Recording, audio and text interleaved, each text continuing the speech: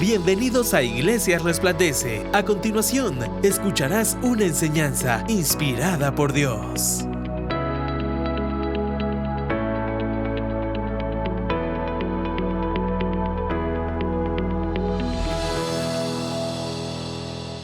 La serie que vamos a estar compartiendo a partir de este domingo hasta un domingo antes de Domingo de Ramos se titula El Camino. Vamos a estar hablando sobre qué significa el camino.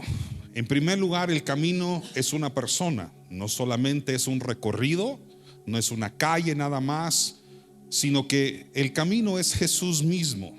Pero también en nuestro andar con Jesús, Él nos habla, nos prepara y, más importante, no nos deja solos. Una vez nosotros decimos sí a Jesús, ya sea por primera vez o porque reconciliamos nuestra relación con Él, Él no nos deja solos.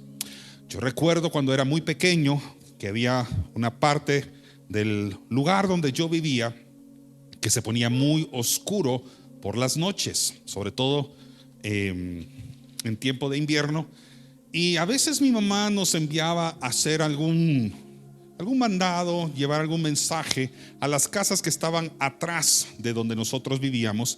Ahí vivían mis tíos, mis tías, y mi mamá con cierta frecuencia, sobre todo cuando ya estaba un poquito más grande, me decía: quiero que lleves esto allá, este mensaje, o que fuera a recoger algo a la casa de mis tíos y lo trajera de regreso. Pero ese callejón era un callejón muy oscuro, muy solitario, sobre todo en la noche. Yo estaba muy acostumbrado a recorrerlo en bicicleta, a correrlo en el día. Jugábamos en ese callejón, y cuando estoy diciendo largo, estoy hablando de largo. Pero en las noches se ponía muy oscuro, no tenía alumbrado, o sea que realmente era un callejón que a cualquier niño le podía dar cierto miedo recorrerlo. Entonces yo me recuerdo en una ocasión, una noche, que le dije a mi mamá que no quería ir. Naturalmente estaba con miedo y le dije que si tan solo me podía esperar en la esquina y me miraba que yo llegara al otro lado. Lo hizo unas veces hasta que una ocasión me dijo: no, Jesús va contigo. Jesús va contigo. Él va a ir contigo. Y yo en mi adolescencia y preadolescencia, ni siquiera era adolescente todavía, era un preadolescente, recuerdo que me armé de valor y me fui cantando todo el tiempo de que Dios estaba conmigo. Los que ya tienen cierto tiempo de vida recordarán el himno Dios está aquí, y ese canto fue parte de mi vida y mi experiencia como hijo de Dios y como cristiano al principio de mi vida, no voy a decir en qué década, pero hace muchos años. El tema es que me fui cantando Dios está aquí, tan cierto como el aire que respiro. Y ahí iba yo cantando y cantando, y conforme iba avanzando, esto podría para algunos ser un poquito irreal, pero sentía que la presencia de Jesús estaba conmigo en el camino. Y ahí aprendí que no importando si yo recorría valles de sombra y de muerte, que no eran iguales a los que recorría David, yo lo sé, pero en mi inocencia y a mi edad, a mi corta edad, para mí eran valles de sombra y de muerte, porque yo sentía que en cualquier momento me salía un ladrón o algo por allí que me provocaba cierto terror. Pero el reconocimiento de que la presencia de Dios iba conmigo cambió mi seguridad, enfocó mi fe, me volvió más valiente. Y cada vez, conforme fui creciendo, obviamente llegó un momento que el miedo y el terror ya no estaba, pero me recordaba constantemente que Jesús estaba conmigo, que Él vivía conmigo, pero que también caminaba conmigo. Y lo que te quiero decir es que conforme yo avanzaba ese camino, punto A a punto B, fue cambiando mi carácter. Me volví un hijo de Dios más valiente. Y te estoy hablando que yo tenía tal vez 8 o 9 años de edad, pero me volví más valiente. ¿Por qué? Porque reconocí que no eran mis fuerzas, que no era mi propia valentía, sino que era la certeza de que la presencia de Dios marchaba donde yo estaba. Esa fue mi experiencia personal. Algunos acá tendrán otra, pero lo que te quiero decir es que indistintamente en qué momento de tu vida Dios se presentó, Jesucristo llegó a tu vida y empezaste a recorrer caminos difíciles, el proceso te hizo cambiar de quién eras cuando iniciaste a quién eras cuando terminabas cada recorrido que te provocaba cierto nivel de temor. Esta serie se va a enfocar en no solamente el camino como un proceso de formación, y por eso es la antesala a la Semana Santa, sino que también recordar que el camino es Jesús y que Él nos lleva al mejor destino, que es a nuestro Padre.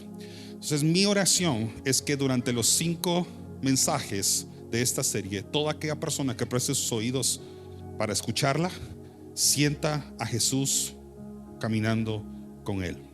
Tú podrías estar recorriendo distintos caminos. Tal vez los caminos tienen un distinto nombre, un distinto proceso, tienen una distinta manifestación, modalidad, pero todos en algún momento vamos recorriendo caminos distintos, y al final todos vamos en el mismo, que es la vida terrenal. Y en esta vida terrenal, donde hay terror, donde hay crisis, donde hay miedo, donde hay muchas dificultades, aquí Jesús también está con nosotros. ¿Cuántos decimos amén? Muy bien, he titulado el mensaje de esta mañana, el primer mensaje de esta serie, llamados al camino. Porque este camino nosotros somos llamados a estar con Él. Yo no sé si ha caído usted en esta realidad, que es lindo saber que Él acude a nuestros llamados de auxilio, pero qué bueno que también el Dios Todopoderoso nos llama a nosotros a caminar junto con Él. O sea, una cosa es de que yo pida su presencia, y otra cosa es que Él pida la mía para que yo esté con Él. Y hay un mensaje en los evangelios que a mí en lo particular me emociona mucho leer. Confieso que probablemente es uno de los mensajes que con más frecuencia he predicado durante muchos años que llevo haciéndolo, pero es porque cada vez que lo predico o cada vez que lo leo transforma mucho mi vida. De hecho, uno de los primeros mensajes que yo recuerdo haber predicado en público a una audiencia está inspirado precisamente en Mateo capítulo 4 y también Lucas capítulo 5. Esos dos pasajes son pasajes distintos, pero esos dos fueron como que los que catapultaron parte de mi ministerio de predicación. Así que para mí es un gusto realmente compartirlo y leerlo una vez más después de tantos años que vengo leyéndolo aquí en la iglesia, y también cuando predicaba mucho antes de Resplandece. Mateo capítulo 4 versículo 18 va a ser nuestra primera lectura esta mañana, y esta historia va a ser el parteaguas de todo lo que Dios quiere hacer. Mateo capítulo 4, vamos a leer desde el versículo 18 hasta el 22. Dice así desde el 18: Andando Jesús junto al mar de Galilea, vio a 2 hermanos, Simón llamado Pedro y Andrés su hermano, que echaban la red en el mar porque ¿qué eran ellos? Eran pescadores. Y les dijo: venid en pos de mí y os haré pescadores de hombres. Ellos entonces, dejando al instante las redes, le siguieron. Pasando de ahí, vio a otros 2 hermanos, Jacobo hijo de Zebedeo y Juan su hermano, en la barca con Zebedeo su padre, que remendaban sus redes, y los llamó. Y ellos, dejando al instante la barca y dejando también a su padre, le siguieron. Muy bien, hay algo importante acá, porque creo que el inicio del caminar con Jesús para todos, desde los discípulos hasta el día de hoy, implica algo, y es dejar algo atrás. Todos los que hemos encaminado, todos los que hemos emprendido un caminar con Jesucristo, ha implicado dejar algo atrás. Puede ser el pasado, debería ser el pecado, un estilo de vida que no testifica el evangelio. Pero empezar a caminar con Cristo para todos acá, y esto que sea, digamos, una de las premisas más importantes de esta serie, es que implica abandonar algo, dejar algo atrás, algo que no cumple una función en nuestro caminar con Jesús. Ellos estaban remendando sus redes porque, dice la palabra, eran pescadores, y Jesús está llamándolos y les dice que los sigan a Él. Y dice que tienen que dejar atrás todo lo que tenían, que era su seguridad, su confianza, su protección. Lo dejan atrás para poderlo seguir a Él. Y no solamente ocurre con los discípulos. Desde el Antiguo Testamento vemos a Dios llamando a hombres para poder cumplir una misión y un propósito terrenal. Y cada vez que lo hacía, para esos hombres llamados, esto representaba un sacrificio. Y ese sacrificio era dejar algo atrás. Ahora, yo podría pasar aquí mucho tiempo de la prédica, y no lo voy a hacer, por supuesto, testificando las cosas que a mí el Señor me llamó y que yo, en primer lugar, voluntariamente dejé atrás, porque eso no correspondía al futuro que Dios tenía preparado para mí. No encajaba. Entonces hay cosas que cuando Dios te llama a seguirlo a Él, Él te va a pedir que los dejes, o tu propio espíritu se va a dar cuenta que no va con Jesús porque no encaja en las cosas del reino. Por ejemplo, tu vieja humanidad, no lo estoy insultando, estoy hablando de su humanidad, no su edad, ¿sí? Su vieja humanidad es algo que no tiene nada que ver con su nueva andar con Cristo, porque las cosas viejas pasaron y nosotros ahora todas en Cristo son hechas nuevas.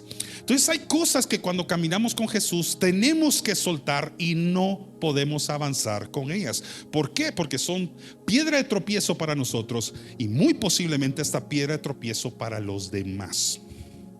Por eso, si tú decides caminar con Jesús, si no lo has hecho todavía, o decides regresar al camino con Jesucristo, es muy probable que si esta serie va a confrontar tu corazón y tu espíritu, el Señor va a decir esto a tu vida: que tienes que soltar y que tienes que dejar atrás. ¿Cuántos ya están siguiéndome? Entonces quiero que tengas presente tres cosas, tres elementos importantes de la historia que estamos leyendo. En primer lugar son las redes, las dejaron. La barca la dejaron atrás. Y también dejaron a su padre, lo dejaron atrás. Ahora, ¿eso significa que nunca más pescarían? No necesariamente. ¿Significa que nunca más volverían a ver a su papá? Tampoco necesariamente. Solo está hablando de que Dios, cuando llama, ordena las prioridades del corazón. Lo que tú antes valorabas y lo que tú le ponías en jerarquía hasta arriba, Dios lo reordena. Y de pronto, cuando decidimos caminar con Jesús, una de las primeras cosas que Él enfoca es nuestro corazón, para que con todo nuestro corazón nosotros lo amemos a Él. Así que hoy quiero hablarte sobre estas verdades, sobre lo que significa ser llamados a caminar con Jesús. Empezamos de una vez. El primero, que el llamado ocurre en medio de nuestras rutinas. Los llamados pueden ocurrir en cualquier momento. O sea que no necesita ocurrir en este instante o en esta atmósfera en la que todos estamos, que es la iglesia, en la casa de Dios, en un tiempo de alabanza, de adoración, donde todos estamos leyendo en un mismo sentir la palabra de Dios. A veces ocurre en nuestras rutinas.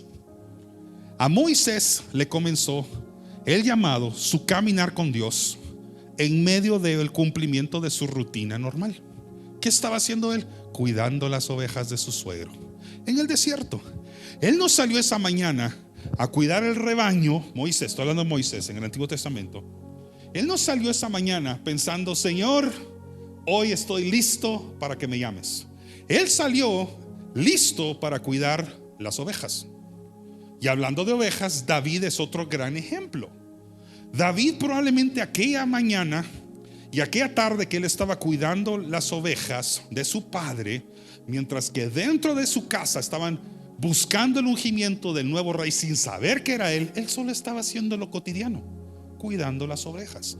Él sabía pastorear, él las sabía proteger, y en ese llamado rutinario y cotidiano Dios lo llamó. La mujer samaritana estaba haciendo la rutina. La rutina era: se acabó el agua, voy al pozo y lleno otra vez el cántaro. Nunca se imaginó que iba a ser la última vez que saldría con un cántaro y lo dejaría ahí y regresaría sin el cántaro, porque lo dejó en el pozo después de que su vida fue transformada por el camino que fue Jesús. Y así hay muchas historias en la Biblia de hombres y de mujeres que en sus rutinas diarias, como Ruth, Cuando estaba trabajando básicamente ahí en el terreno, ahí le llegó su redención. Así que el llamado no ocurre en un momento donde tú lo buscas, muchas veces ocurre en un momento donde el llamado te encuentra a ti. Eso sonó bien chileno. Se me queda. Así que muchas veces el llamado te encuentra en las cosas cotidianas. Te puede encontrar mañana. El llamado te puede encontrar en el colegio, en la escuela, en la universidad, en el trabajo, en el tráfico. Tú nunca sabes cuándo tu llamado puede llegar. El llamado no te busca, el llamado te encuentra. No es una llamada, hablando de una llamada telefónica, que tú marcas. Es una llamada que tú recibes. Y son de aquellas llamadas que tú no estabas a la par del teléfono esperando que sonara. Sonó inesperadamente y de inmediato tú contestas y solo dices: heme aquí, aquí estoy, Jesús. Y te dice: sígueme. Y eso significa muchas veces que vas a tener que dejar y soltar algo. Eso que sueltes y dejes atrás puede ser muchas veces sacrificial. Es abandonar tu comodidad, tu confort, lo cotidiano, lo que ya sabes hacer, aquello para lo que te levantas todos los días, para lo que ya es habitual para ti. Pero aún así, así es como Dios te llama. Te saca de tu zona de confort, de tu status quo. Así que Dios no va a esperar que tu vida esté en calidad de perfección, así todo perfecto, para que entonces te llame. Ya tengo perfección espiritual, ya estoy listo para que Dios me llame. No, Moisés no estaba en perfección espiritual. No todos estaban calificados como Noé cuando fueron llamados. Moisés había huido de Egipto después de asesinar a un egipcio. Él no estaba en una comunión con Dios intensa, mas aún así Dios lo llamó. Entonces estos pescadores no estaban en la iglesia. Estos pescadores no estaban cantando te doy gloria, gloria. No estaban ahí. Estaban en esa mañana silbando. Estoy usando mi imaginación.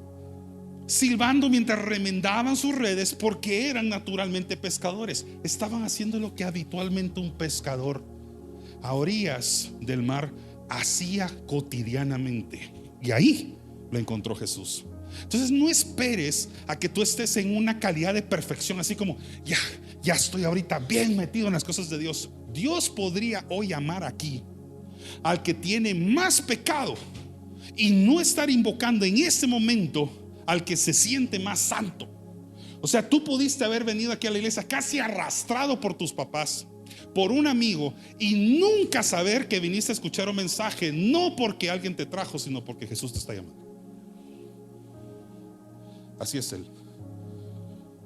Aún así, y esto va a traer a la memoria una serie que yo prediqué hace unos años.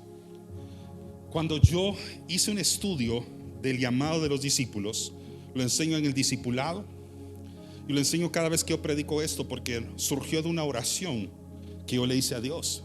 Le dije: Señor, ¿qué viste en estos hombres, en estos pescadores y estos discípulos que tú llamaste, este grupo de 12 que nosotros admiramos hoy en día? Si todas las calificaciones que ellos tenían eran malas, es más, aun cuando te siguieron, cometieron unos errores que honestamente probablemente yo también hubiera cometido, pero ¿por qué ellos fueron calificados?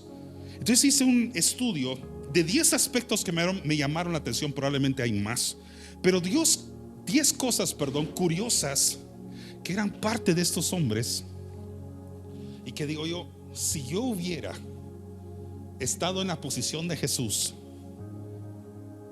con todo respeto por supuesto, y a mí me tocaba invocar a los primeros discípulos y futuros apóstoles, créame que yo no sé si hubiera empezado en una playa. Yo probablemente, lo natural, esto es mi pensamiento natural, yo hubiera ido al templo a buscar probablemente entre los sacerdotes y los escribas del templo quiénes de ellos estaban capacitados, como eran rabinos, para poder ser los primeros protagonistas del evangelio. Yo ahí los hubiera ido a buscar. Tal vez usted es más creativo que yo, pero para mí esa es la lógica. Pero Dios no funciona con lógica. Dios es así. Dios es tan inusual que él no fue al templo. Es más, sabía que ahí iba a derribar algo. Entonces él se fue a la playa. Él se fue al colegio. Él se fue a la escuela. Él se fue al trabajo donde tú vas todas las mañanas. Él se fue a Guatemala, pudiendo haber ido a Israel, pudiendo haber ido a Roma. Él viene a Guatemala, donde sea que las personas me estén escuchando. Pero él elige lo inusual, porque él no llama a los calificados, él califica a los llamados. Él lo hace, él los prepara. Les hice este listado, eso lo hice hace unos años. De hecho lo prediqué aquí ya, así que los voy a decir rápido. Dije, Señor, ¿qué pudiste ver en ellos? Si número uno, no eran de la élite religiosa, eran hombres comunes. Número dos, no tenían formación rabínica, no sabían nada. Número tres, no entendían completamente a Jesús. Se vio que fue progresivo el entendimiento. A cada rato, perdón que lo diga así, pero metían la pata. Número cuatro, Pedro intentó impedir la cruz. Pedro, y se ganó entre los 12 el regaño peor que una persona podría recibir de parte de Jesús. Apártate de mí, Satanás. O sea, si alguien fue regañado, fue el pobre Pedro. Pero si alguien fue levantado como un gran apóstol y siervo de Dios, fue el que más recibió disciplina. Pero no quiero llegar ahí todavía. Jacobo y Juan se quisieron vengar. Como no los recibieron en un lugar, casi que le dijo a Jesús: manda al fuego de una vez para que consuman todos esa ciudad, porque no nos quisieron aceptar. Solo imagínense. Además eran vengativos. Se durmieron en Getsemaní. Escogió a algunos y les dijo: oren, velen, no se duerman. Y se durmieron. Y no lo hicieron una vez, sino lo repitieron. Siguiente, cuando fue arrestado, todos huyeron. Entonces dije: ¿qué tipo de hombres son los que acompañaron a Jesús 3 años, lo arrestan y se van corriendo? Siguiente, de esos Pedro lo negó 3 veces. Es más, Jesús le anunció que lo iba a negar. Él todavía dijo: no lo voy a hacer, y lo hizo de todas maneras. Solo uno salió de la barca. Ahí sí fue el Pedro. Por lo menos una cosa hizo bien. Y segundo, de entre todos hubo uno que lo traicionó, lo vendió por 30 monedas de plata y abandonó el llamado, dándonos a entender que no todos permanecen. A quienes fuimos llamados en algún momento y traicionamos la confianza que Jesús tenía con nosotros y vendimos nuestra relación con Él. No se la vendimos a los fariseos, no se lo vendimos a sacerdotes, no intercambiamos ni recibimos 30 monedas de platas. Lo vendimos cuando elegimos el pecado y no a Él. Cuando le dijimos sí a Satanás, sí a los placeres del mundo, sí a relaciones que no te edifican, que te distancian de Dios, a hábitos que en lugar de acercarte a Dios, al contrario, te alejan de su presencia. Todos al final hemos hecho lo mismo. Entonces son esas 10 cosas que ocurren en este grupo que me hizo pensar: Señor, si todo esto hicieron mal, por lo menos dime que si viste en ellos que hicieron bien. Y el Señor me mostró 3 cosas en la Biblia. Número 1, obediencia. Pudieron haber cometido muchos errores, pero sí fueron obedientes. Porque dice la palabra que inmediatamente, dejándolo atrás todo, lo siguieron a Él. Así que pudieron haber cometido muchos errores, pero tenían un corazón dispuesto a ser obedientes. Entonces tú puedes ser una persona muy imperfecta. Tú podrías estar en el listado, como yo lo estoy, en el listado de esos 10 aspectos negativos, descalificaciones que todos tenemos. Mas aún así, si somos obedientes al llamado, Dios fija su mirada en nosotros. Siguiente, vio que eran diligentes, porque estaban remendando las redes. En lugar de desechar las redes, las remendaban. Y sabe, eso tiene un valor muy importante en el llamado de sus discípulos en el caminar con Jesús, porque ellos iban a ser llamados a ser restauradores del reino en la tierra. Entonces, que ellos estuvieran restaurando redes, recuperando las redes rotas, probablemente fue un indicador de Jesús de decir: yo les voy a llamar a ser pescadores, a reparadores, restauradores de casa. Ya sé por dónde voy a entrar. Saben remendar redes. En lugar de desecharlas, tirarlas, saben lo que es reconstrucción. Y por último, vio también en ellos restauración. Restauración. Vio que ellos eran personas que reparaban lo que estaba roto. Y eso es lo que Jesús vino a hacer.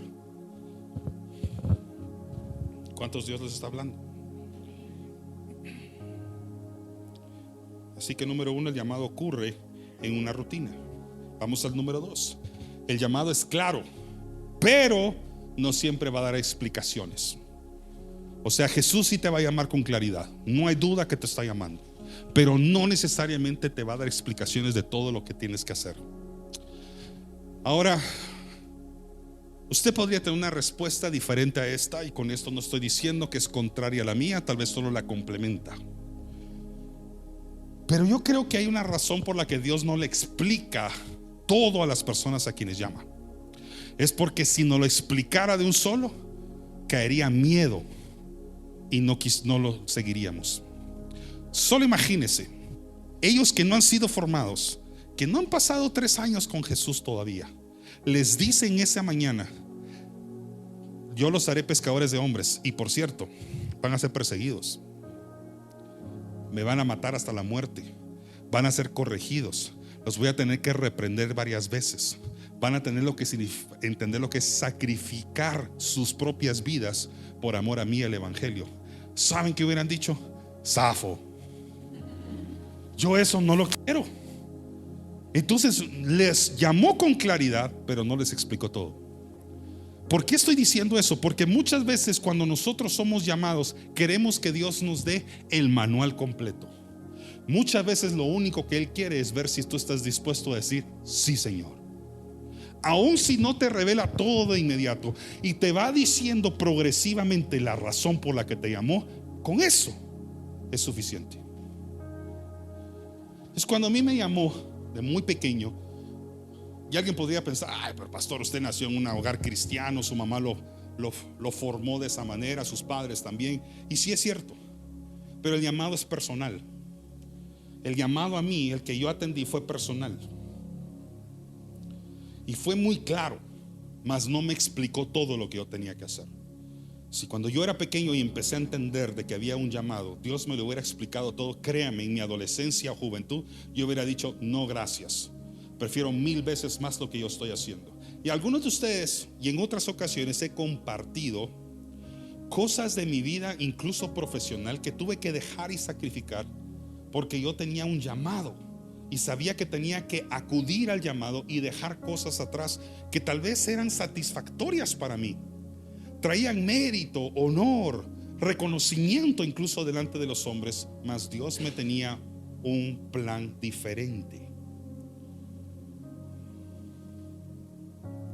No voy a entrar mucho en ese terreno, pero hace unos domingos lo conté. Dije, uno de los llamados era hacia seguir la carrera política. Y el Señor fue muy claro. Y tuve que dejar atrás, entre eso, muchas otras cosas que no pertenecían a mi propósito.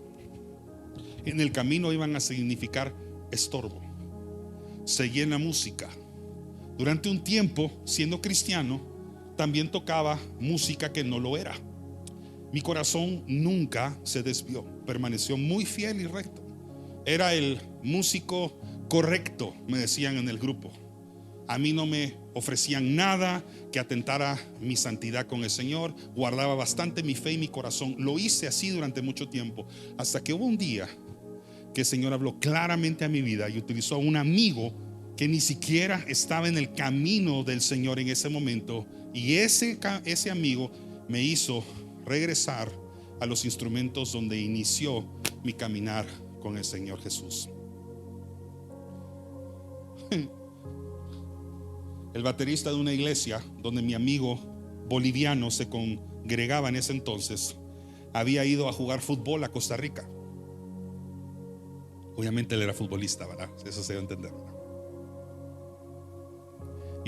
Yo no sé si lo hice intencionalmente, porque yo creo que él quería que yo regresara a tocar a la iglesia como lo había hecho de chiquito. Y como digo, yo no estaba en pecado ni nada, pero me recuerdo que ese sábado en la noche, tarde noche, cerca de la cena, me dice: oye, Che, porque es de Bolivia, ¿puedes venir conmigo mañana a la iglesia? Entonces yo le dije: sí, igual aquí me estoy quedando a dormir en tu casa, vamos. Entonces me dijo: es que el baterista de la iglesia, era hijo del pastor, se fue a jugar fútbol a Costa Rica y no hay nadie quien toque. Entonces le dije: mira, lo único es que llevo unos años de no tocar en la iglesia, no sé si las nuevas canciones, no te preocupes, van a tocar las canciones clásicas que ya te sabes. El tema es que ese domingo yo llegué sin ensayo, sin conocer la iglesia, sin conocer a nadie, con mi par de baquetas, a una batería que, por cierto, ya se desarmaba por completo, estaba muy vieja, muy viejita. Me acuerdo que yo empezaba a tocar y el tom, para los que no saben qué es el tom, son los tambores que están aquí arriba, se caían y rodaban hacia la primera fila. Me recuerdo que una vez el mismo pastor de la iglesia agarró el tom y me lo iba a dejar de regreso para que yo lo volviera a colocar. Y en esa batería sencilla, ahí el Señor habla a mi corazón y me dice: aquí te quiero, aquí siempre te quise. De nuevo, yo no estaba necesariamente pecando, no estaba en el mundo con el bien pecado, no había tirado mi vida. Sin embargo, Dios me dijo: es tiempo de que vengas a pescar para mí.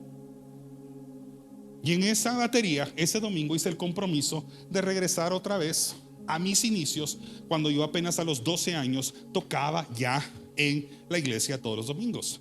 Por cierto, para los que son hijos, eso que hacía yo además venía con el permiso de mis padres. De una vez lo hago claro, para que no vayan a decir: el pastor sí. No. Venía con autorización de mis padres. Mi mamá siempre me ponía mucho el ojo, pero sabía que era un momento donde eso se iba a terminar. Honestamente, en mi corazón siempre lo supe.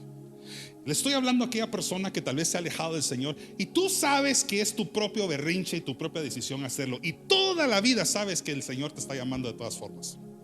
Es el teléfono que está sonando, mas tú solo lo estás poniendo en silencio y dices: ay, yo sé que Jesús va a volver a llamar. Y lo más cierto es que su gracia y misericordia son tan hermosas que probablemente sí te va a seguir llamando. Pero mi pregunta es: ¿cuándo le vas a contestar a Jesús? ¿Qué tipo de arrogancia se necesita en el corazón de un hombre o una mujer para que el Rey de Reyes, el Hijo de Dios, Creador del universo, te esté llamando y tú ignores la llamada? ¿Qué arrogancia se necesita, humanamente hablando, para decir: el Señor me llama, mas yo no le contesto? Todos somos así en algún momento.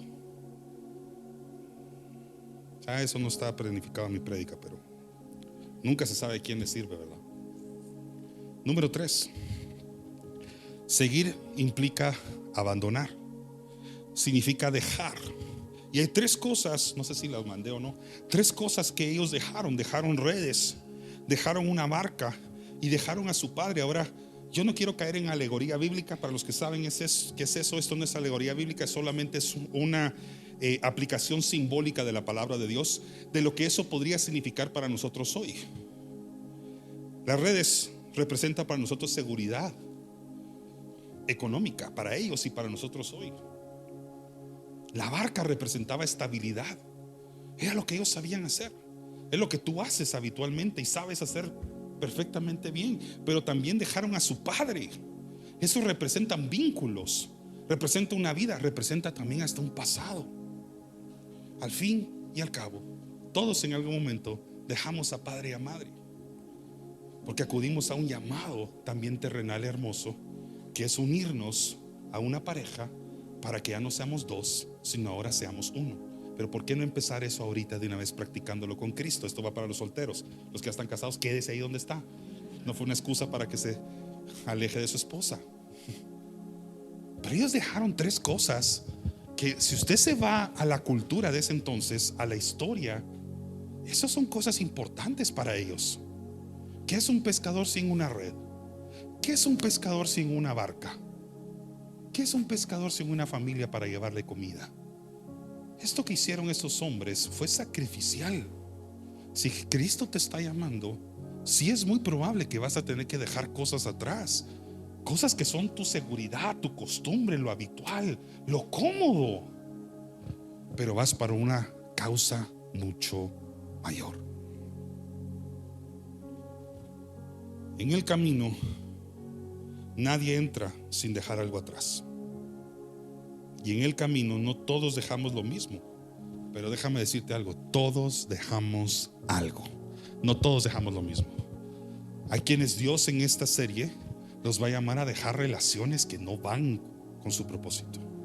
Para otros va a ser hábitos que son dañinos para tu comunión con Dios, dañinos para el hogar que tú estás llamado a encabezar, dañinos para el cumplimiento del plan de Dios para tu vida.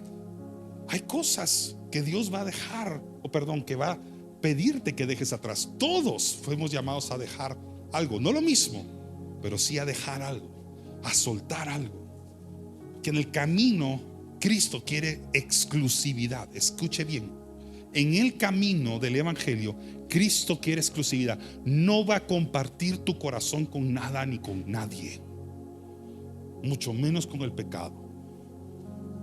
Entonces por eso es de que nos pide que soltemos, porque tenemos que soltar para podernos acercar más a Él.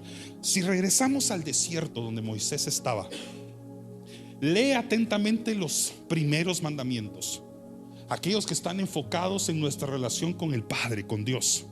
Ponían límites de lo que ellos no podían hacer, cosas que ellos no podían llevar, conductas, hábitos, estilos de vida que no encajaban en el desierto, ni mucho menos en la tierra prometida. No puedes tener ídolos, no puedes arrodillarte delante de ellos.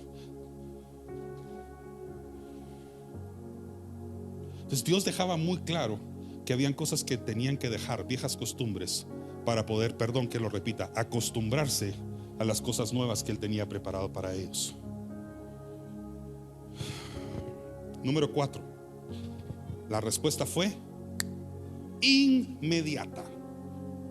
No se pusieron a discutir. Mira, ¿será que vale la pena seguir a esta persona que nos está llamando? ¿Valdrá la pena seguir a Jesús?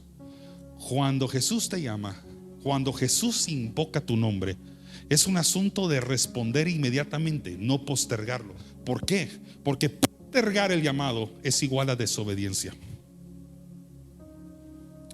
No conozco a una persona, ni con quienes yo comparto ministerio, colegas que están hoy pastoreando, que me hayan dicho que le respondieron a Jesús el llamado, le dijeron: ¿me puedes llamar en un par de meses? Y me lo recordás nuevamente.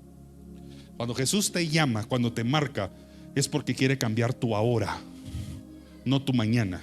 El mañana va a cambiar cuando hoy empieces a tomar decisiones. La respuesta fue inmediata. Dice la palabra que al instante lo siguieron, no se pusieron a negociar. Por cierto, no pidieron garantías. Nosotros humanamente, cada vez que tomamos el camino con alguien, queremos garantías de que todo va a estar bien, de que vamos a estar seguros, que vamos a estar tranquilos. Cero garantías. No había seguro, no había cobertura, no habían pólizas, nada. Solo síganme a mí. Qué seguro de vida si murieron trágicamente muchos de ellos. Entonces el llamado pierde fuerza mientras nosotros lo vamos postergando. Pierde fuerza. Y por eso muchas veces Dios te llamó varias veces, pero como no respondiste a la llamada, nunca te preguntaste, o tal vez hasta hoy, ¿por qué se enfrió mi corazón? ¿Por qué se enfrió mi corazón? ¿Por qué se enfrió mi espíritu? Es porque te llamó tantas veces que tú dijiste: no gracias, no gracias, va a volver a llamar. Y conforme eso lo repites recurrentemente, no se enfría el Señor, te enfrías tú.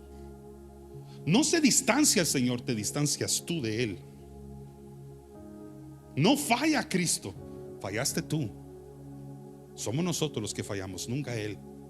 Entonces el llamado va perdiendo fuerza conforme nosotros demoramos nuestra respuesta. Es como cuando a usted le dicen: mire, necesito que responda esta oferta laboral en menos de 24 horas. De lo contrario, se lo damos a otra persona. Se va debilitando la oportunidad. Entonces, yo no sé si esa debilidad también es el tiempo. ¿Cómo así, pastor, el tiempo? Se te está acabando el tiempo terrenal. Pastor, ya me voy a morir. No, pero cada minuto que vives en esta tierra es un minuto menos que también vas a vivir acá. Cada minuto que pasa, cada hora que pasa, es una hora, un minuto más que estás demorando tu eternidad desde la tierra. Estás demorando el cumplimiento del propósito. Dios es tan maravilloso y misericordioso que sigue llamando, sigue tocando la puerta, sigue llamando al teléfono espiritual de tu vida. pero nosotros somos los que vamos enfriándonos y nos vamos enfriando hasta que llega un momento donde ya no reconocemos su voz. Hace un tiempo atrás aprendí esto, espero que te sirva. ¿Sabía usted que la Biblia no describe a detalle la apariencia de Jesús? No hay mucha descripción física de cómo era Él. Hay especulaciones. Y hoy el hombre ha caído en esa curiosidad. No la estoy condenando, solo es tal vez la curiosidad natural del hombre de querer saber cómo era Cristo. Y todas las imágenes, todas las fotos, todo lo que nosotros nos imaginamos con nuestra fantasía, nuestra capacidad de reflexionar e imaginar, es nuestra interpretación de quién pudo haber sido Él para dejarnos atraernos por Él. Pero la Biblia claramente nunca establece cómo era Jesús. No lo dice. Así que no se podía reconocer a Cristo por su apariencia. De hecho, muchas veces no lo reconocían por su apariencia, sobre todo después de que resucitó. En camino de Emaús no sabían que era Él. Aquella mañana que Él resucitó, no lo sabían que era Él. No lo reconocían. Cuando se le aparecía a sus discípulos, tampoco. Cuando empezó a cocinar, a freír un pescado al desayuno mientras ellos estaban pescando ahí en aquella mañana, tampoco lo reconocían. No hay mucha evidencia física de cómo era Jesús. Mas Jesús sí dejó algo claro: las ovejas me reconocen por mi voz. ¿Y por qué eso tiene relevancia? Porque muchos queremos que Jesús tenga un encuentro físico con nosotros, visual con nosotros, que se nos manifieste, se nos presente. ¿Sabes cómo reconocemos la presencia del Señor? Por medio de su palabra. Deberíamos de escuchar tanto su voz que se llega a parecer tanto a la nuestra. Es inconfundible. Pero cuando tú más demoras el llamado y ya no reconoces su voz, ya no vas a saber quién es el que te está llamando. Si una oveja física se separa suficiente tiempo y suficientes veces de su pastor que cuida el rebaño, llega un momento donde ya no va a reconocerla, le va a costar. El distanciamiento va a cobrar su factura. Cuanto más te distancias del camino, más difícil es regresar a Él. Es cuando usted está caminando a un lugar y se desvía por caminos alternos. Si usted le ha pasado manejando o le ha pasado caminando, sabe que llega un momento donde ya es bien difícil regresar al camino otra vez, porque se desvió tantas veces que ya no sabe cuál era la ruta original. Ahora tenemos un GPS que nos ayuda, pero en aquel entonces era más difícil. Es más difícil corregir el rumbo. Y quiero terminar haciendo 3 preguntas de reflexión. Siempre o casi siempre termino las prédicas. No está aquí. Casi siempre termino mis prédicas con lecciones, o quiero terminarla con preguntas. Aquí va la primera pregunta de reflexión. Número 1. Esto es para ti. Ponga su mirada ahorita en las pantallas, por favor. Y los que están escuchando, quiero que medites y respondas no a la ligera, sino que lo respondas bien en tu corazón. Número 1. ¿He atendido el llamado a caminar con Jesús o lo he pospuesto? Míreme acá ahora, por favor. Míreme acá. Solo hay 2 respuestas: sí o no. Solo hay 2. Cualquier intento de buscar una respuesta alterna por la mitad es justificarte, es buscar excusas, es caer en esa terquedad y en esa soberbia de decir: yo no necesito a Cristo. Entonces, ¿has atendido el llamado a caminar con Jesús o lo has pospuesto? Perdón que sea tan confrontativo, pero entienda que soy pastor y tengo que predicar la verdad. Y si yo aquí no aprovecho esas oportunidades para acercarla a los hijos de Dios, al Padre, yo estoy incumpliendo mi llamado. No estoy regañándote, estoy haciéndote una exhortación que puede cambiar tu vida para siempre. ¿Has atendido al llamado a Jesús, llamando a tu corazón, mencionando tu nombre y hablando desde tu interior, o lo has pospuesto? Solo hay 2 respuestas, sí o no. Número 2. ¿Qué redes me están reteniendo a iniciar el camino? ¿Qué redes me tienen casi que amarrado el zapato? Esas redes pueden tener distintos nombres.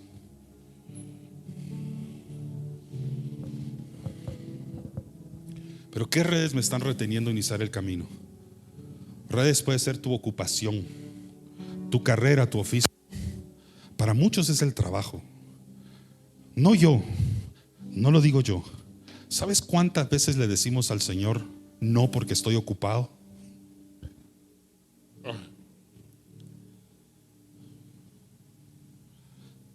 Debo confesar que tal vez es una de las verdades que más me cuesta asimilar. Y a los pastores, cualquier pastor que usted entreviste, le va a decir: esta es la parte donde más el Señor tiene que trabajar la paciencia para los que pastoreamos almas. Porque cómo nos cuesta entender, como nosotros dimos ese paso, a las personas cuando dicen: no puedo, pastor, es que estoy ocupado en las cosas del trabajo. El que dio la vida por ti tiene que esperarte a ti porque estás muy ocupado con tus quehaceres personales. Ay, no me puedes decir eso. Esa parte es bien difícil romperla, vencerla y caer en esa compasión pastoral de entender que así somos seres humanos y que Jesús mismo lo entendió. Cuando ellos sí fueron obedientes, pero a muchos otros les decía: síganme, y les decía: pero primero tengo que ir a trabajar mis negocios. Este no entiende el reino. Déjame de primero ir a enterrar a mi familiar. Este no entiende el reino. Por eso muchos son los llamados y pocos terminamos siendo escogidos también. Y te voy a dar una tercera y última. ¿Qué barca me da seguridad que me impide avanzar en el camino? Porque tarde o temprano tienes que bajarte de la barca. Y eso voy a dejarlo para otros mensajes de esta serie. Pero la barca para muchos es la seguridad, es lo habitual, es el confort. Pero hay veces que tienes que soltarlo y dejarlo para seguir algo mayor. Estas preguntas tienen distintas respuestas para cada quien. Yo lo único que quiero es que reflexiones en cuáles son las respuestas para ti. Porque esto no es un asunto entre tú y el pastor que te predica. No es un asunto entre tú y la iglesia donde tú sirves o la que tú acudes. Esto es un asunto entre tú y el creador del universo, quien dio la vida por ti. Un hombre que soportó la cruz del Calvario y no se bajó de ahí por amor a mí, por amor a ti. A esa persona que nosotros muchas veces le decimos: no tengo tiempo.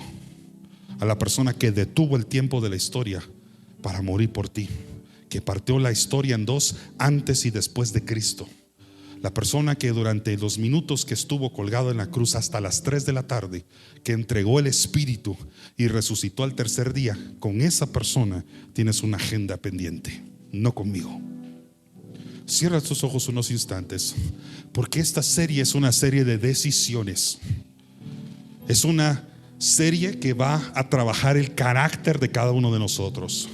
Es una serie que a veces va a sonar incómoda, pero es una serie que te va a invitar a cambiar tu vida para siempre. A entender que en esta vida no vas a caminar solo, sola.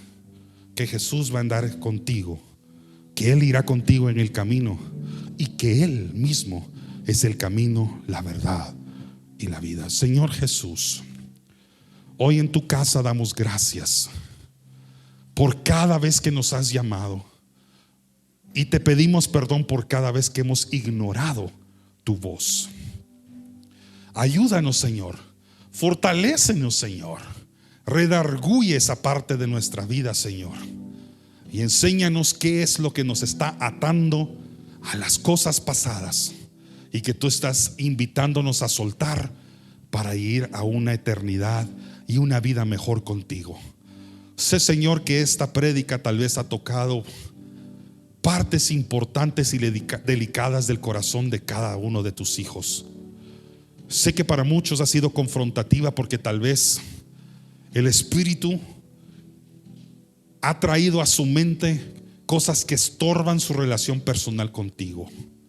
Pero te pido, Señor, que tengas misericordia de cada uno de nosotros y que entiendas que esta carne, como lo decía Pablo, Padre Santo, es una carne débil a la cual nosotros queremos satisfacer y queremos escuchar y queremos obedecer. Mas hoy entendemos, Señor, que hay una decisión espiritual mucho más grande que la carne debe sujetarse a ella. Y esa decisión, Señor, es acudir a tu voz. Te pido, Señor, por cada persona que empiece en esta serie y a través de ella a empezar a caminar esos caminos difíciles, ese camino de reino y del evangelio juntamente contigo. Gracias, Señor. Ten compasión de cada uno de nosotros. En el nombre de Jesús. Amén y amén. Dale una ofrenda de palmas al Señor. Gracias por haber escuchado esta enseñanza de Iglesia Resplandece. Si este mensaje fue de bendición, compártelo con tus amigos y síguenos en nuestras redes sociales como Iglesia Resplandece.